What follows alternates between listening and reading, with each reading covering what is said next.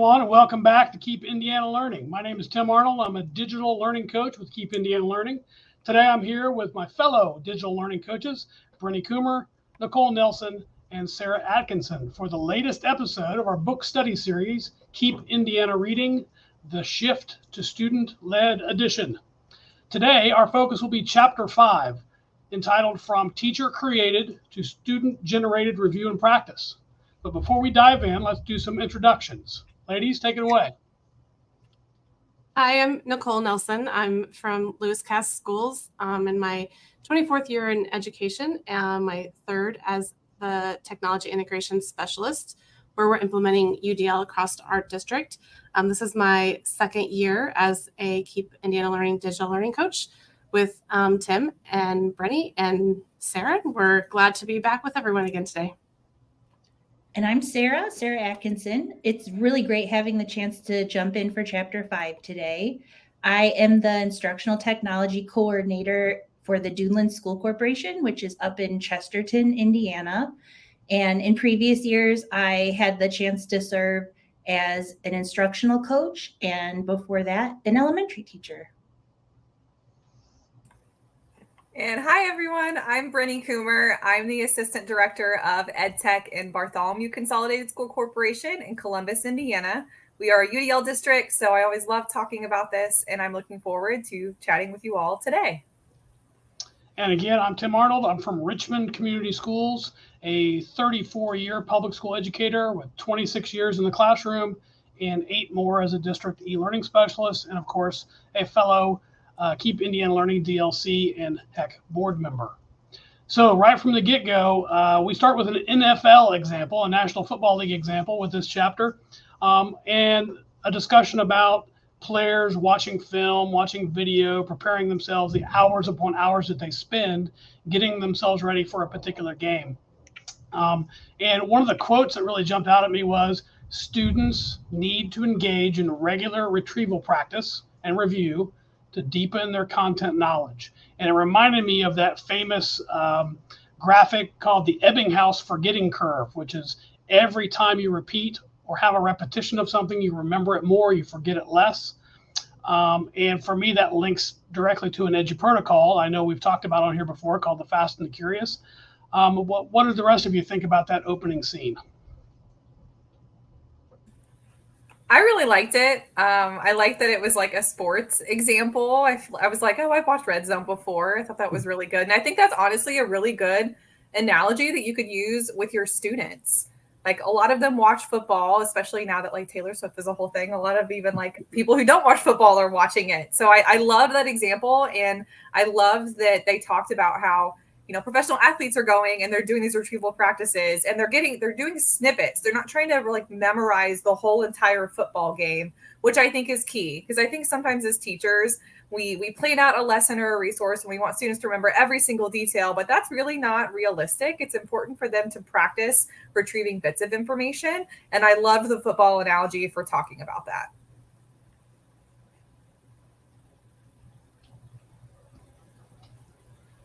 Yeah, definitely breaking it down into smaller parts where, they're just working on vocabulary at one point, or they're just working on, the whatever concept that the meat of the lesson at a different time.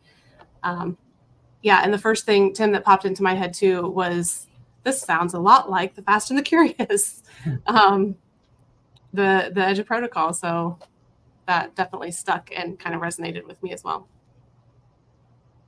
I think it's pretty cool that the football players know enough about where they are and where they need to grow to so that they are able to narrow it down to exactly the videos and the clips that they should be watching on repeat. And I think we can learn something from that as educators because if our students are aware of what their goal is and where they're at and what needs to be done to get there, that's the ultimate for us. Yeah, they spent some time in that early opening section also talking about some important concepts like spacing and interleaving that I thought was interesting. I'm not sure I'd ever seen the word interleaving before, but that's just me. Maybe I don't read enough. But what it reminded me of immediately was the Edu Protocols world, there's a thing called racking and stacking, where you rack and stack Edu Protocols one on top of the other as a way to plan for your day or plan for your week. And the idea of a fast and curious, where kids are quickly retrieving information, learning it, and then you go on to a reteaching mode, which is maybe a Freire model or something like that. And then you go back and do another retrieval practice with fast and curious. And then you finish up with them presenting the one they learned the most about for that day, maybe in a thin slide. So that whole idea of spacing and interleaving really spoke to me in the use of Edu Protocols. Yeah, one of the things that I took away as I was learning more about the Edu Protocols was the emphasis on providing feedback for students and timely feedback, immediate feedback. And so using some of the fast and the curious, or even, if you're doing a thin slides or something like that, the 3 minutes or so that you take at the end to have your students share and where they can kind of collaborate and talk with each other is an important piece not to forget to leave out.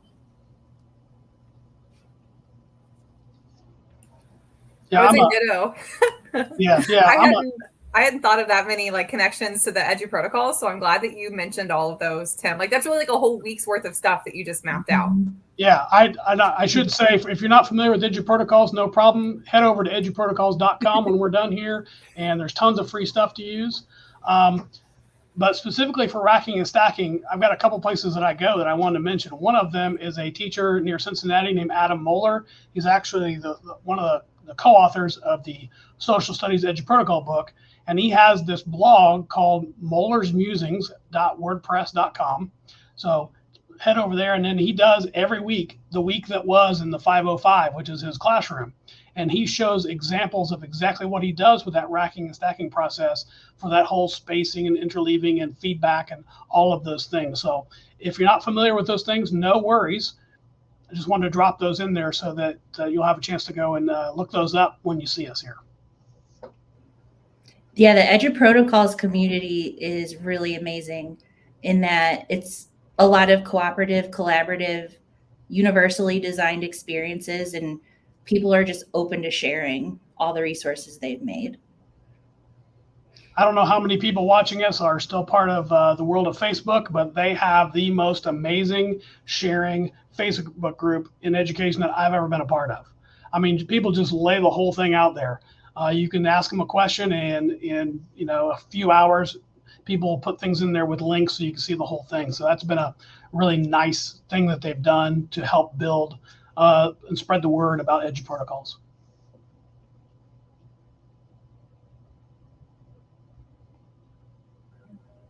So let's talk about some of these strategies that they offered. Who's got something on any one of those 3 strategies they'd like to share? Something that caught my interest was in strategy 1, the idea of students creating their own review questions, and the idea that whoever's doing the most work is probably the one doing the most learning really shown through in this chapter. Because if we're spending a lot of our time trying to craft the perfect review questions, then we're missing the opportunity to have that kind of carried over to our students. There's the side benefit of getting to save a little bit of time and energy of our own, which is always good. But when students are writing their own questions, they have to really understand the learning targets. So that's such an opportunity for them to really get a deep understanding of what they're learning. But how fun would it be to have a running question bank that you create on a Google Sheet or use Google Forms to collect from your students? And then when they see their question pop up on things like, Kahoot or Gimkit or Pear Deck or Nearpod or Bookit, they'll go, oh my gosh, that's my question. And then it becomes this competitive but fun thing. So that's something that really stuck with me. Yeah, again, the tool, the resource that I went to as I was reading this chapter was Pear Deck's flashcard factory, where students can create they work in pairs, so it's a collaborative kind of experience. And one student does a drawing about whatever vocabulary word. All the teacher has to do at the beginning is set up a word and a definition, or maybe a math problem and a story problem like related to that, or in your world, like how that there are two entries for the teacher to put in. I was even thinking like maybe leave it open-ended, like just have the students create a picture of a vocabulary word from the chapter that they come up with, and you just say vocabulary word and definition as part of their like prompt. But then one student would create an image related to that word, and one student would create a written like example or definition. And then everybody is working on those at the same time, and they kind of filter through the program. And then at the end, the teacher presents all of the slides, and students decide which ones they like and which ones they want to keep and which ones they want to get rid of. And then it filters through to a GIM kit, I believe. And then students can actually practice in a GIM kit kind of environment using the examples that they created together themselves. I think that tool kind of fits perfectly with this idea of students doing the bulk of the work, right? I love that they shared that. Like, I just love everything you guys have said. I also highlighted that whoever's doing the most work is probably the one doing the deepest learning as well. Sarah, we were on the same wavelength. And I know I wasn't always the best at doing that when I was in the classroom. And like thinking about this chapter, I love how they gave you this idea, but then also said, here's one of the blended learning models that could work really well with this. So that if you're struggling, like, okay, where do I fit this into a lesson? How does this look? Almost doing station rotations. And one of those stations, the students work as a group and write those questions. And by having them do it as a group, they get that scaffolding, they get that practice of working through it with their peers. And then you get even more questions likely because it's a group coming up with them versus one student. And then maybe throughout the week, you kind of feed in those questions. And it's just a really good way of structuring it, especially if you're wondering how much time you want to spend on this, and still having other station activities going on. Yeah, I had a teacher stop me in the hallway the other day and say, hey, I need something for fifth graders on the separation of powers. And I could tell that, she wasn't necessarily pumped about having to teach that subject at this time of the year. I said, yeah, let's find something. So we went out and took a look, and we found a neat activity where a scenario is created. And based on the scenario, the students have to decide whether they think that's a fact or a fib. And so then we changed up the language to make it cap or no cap, bussin' or fussin', something that would engage them. But I didn't take that extra step of saying, and I thought about it when reading this, hey, how about they create the scenario? Because that's where they show the true understanding of the concept. And so that's something I think I'm going to take back, and we're going to try to work on that next. So that second strategy listed was student-created choice board for review and practice. This one really excited me. I'm imagining in my head 4 or 5 groups working to build a review something, whatever that is, and then students having to work their way through those creations, the ones that they didn't make. I've been a long time lover and user of breakouts from breakoutedu.com. And the major shift that I made along the way was moving from students as the breakout solvers to the breakout makers. And I've done this with students as young as 5th grade. And so they were very capable, once they had been through a few, of creating the breakout for their classmates. And then they would build one and everybody would try each other's. And that's what it made me think of as I was thinking about that strategy and reading about that strategy. The tool that I went to as I was reading this was Flippity. We have a teacher who her final project was to have the students create a breakout using Flippity. Because it's such a simple program where there's lots of different options for, you can create a crossword or a word puzzle, word search, or a breakout room or something, but everything is kind of formatted in a Google Sheet, and then Flippity creates a link for you to play the game. If students are comfortable with Google Sheets, it's real easy to put in the questions and answers or words and definitions or whatever content you're using. And so she had her students building those for their final, and then they played each other's. So again, the idea of doing some kind of fun activity for students to create a choice board like that. It made me think of my what you're saying and what you guys have all said kind of reminds me of back in the day when I was teaching littles. so K-2, and we would have our daily station rotation with our math centers and our ELA centers. And looking back, I kind of wish I would have read this book or had this book around back then, because it would have been so much fun to be able to sit down with my students and craft a choice board together. And that would help me gauge what are the things they're enjoying doing, what are the centers that they want to try out again. And then we can use that as like our next menu of centers. So even for our littles, that would be so much fun.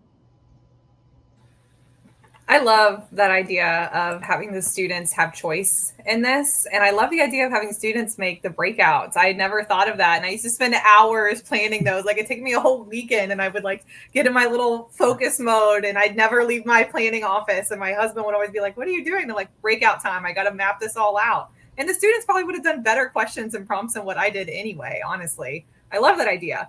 Something that I'm actually going to steal this from someone in my district, because it's a genius idea, is he actually uses kind of choice boards for this. He calls them settle in activities. So like on a Friday or something, they'll do station rotation and the students come up with some review activities. And then the next week they have that choice board of the ones the students made in the first like 10 or 15 minutes of class. That's like their bell ringer. They get a pick which one they want to do. And it just sets the tone. Students have a little bit of consistency to start the class.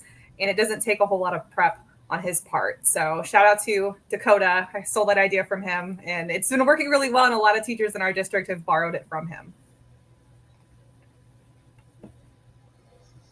The third and final strategy that they listed in this chapter had to do with preparation and preparing students for standardized assessments. And we're in that time of the year, and it's a tough time.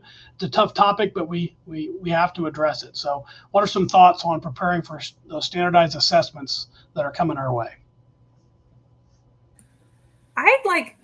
This is something that I always don't get super excited about, because standardized tests, it's kind of like, meh, it's a rough time of year. So I like the idea of having students coming up with some of those questions, because I think it gets them thinking about what they might see. They have some familiarity with testing, likely, unless they're littles and they're doing it the first time. And hopefully they've had some exposure throughout the whole school year. So it gives them almost like a level of confidence going into that they've had practice writing these, they know things to look for. And again, it kind of takes some of that stress away from the teacher in an already stressful time. And my first thought went to actually in thinking about students writing some of these assessment questions and the different ones that are there are lots of AI tools and chatbots out there that are student facing that could give students practice writing those questions, not only answering questions, but writing them as well. So that's where my mind went, was thinking about school AI and some of the similar tools out there that even have chatbots set up to prep students for the SAT or ACT or AP tests, and leveraging those to create some of these questions that give students practice at the same time. Yeah. The piece that stuck with me was having students do the research behind how the test is intentionally designed to kind of trick them, and some strategies that they can use to eliminate answer choices. And so just sharing those strategies and sharing that idea of, kind of beat the test, and letting them research ways to do that, and then share with each other. I thought, gosh, what a great way to just alleviate the pressure and take some stress off. Like, it's designed to trick you. It's designed to trip you up. And so who can beat the test? I just thought, that's a really great way to look at it and to present it to students to alleviate some of that anxiety. I love the idea of let's beat the test, because then it kind of makes it feel a little more like a game instead of this really big, scary thing. Something that maybe not everybody knows, but a lot of these standardized tests that our students take have supporting documentation that is available freely online. For example, iLearn in Indiana has an entire website dedicated to, they've got guides that explain how items are scored, sample questions, exact specifications on how every standard will be addressed on the exam, including additionally some item blueprints that tell you exactly like which skills are higher priority.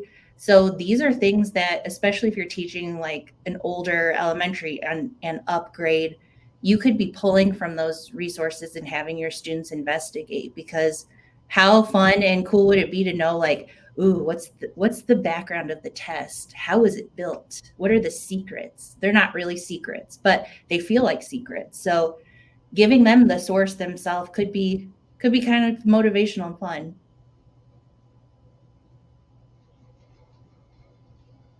Okay, as we wrap up chapter 5, there are a couple of reflection questions. I include these in the book, and one of them was just to think about, how do your current practices compare to the evidence on the importance of retrieval practice, spacing, interleaving, and feedback-driven metacognition? That's a lot of big words.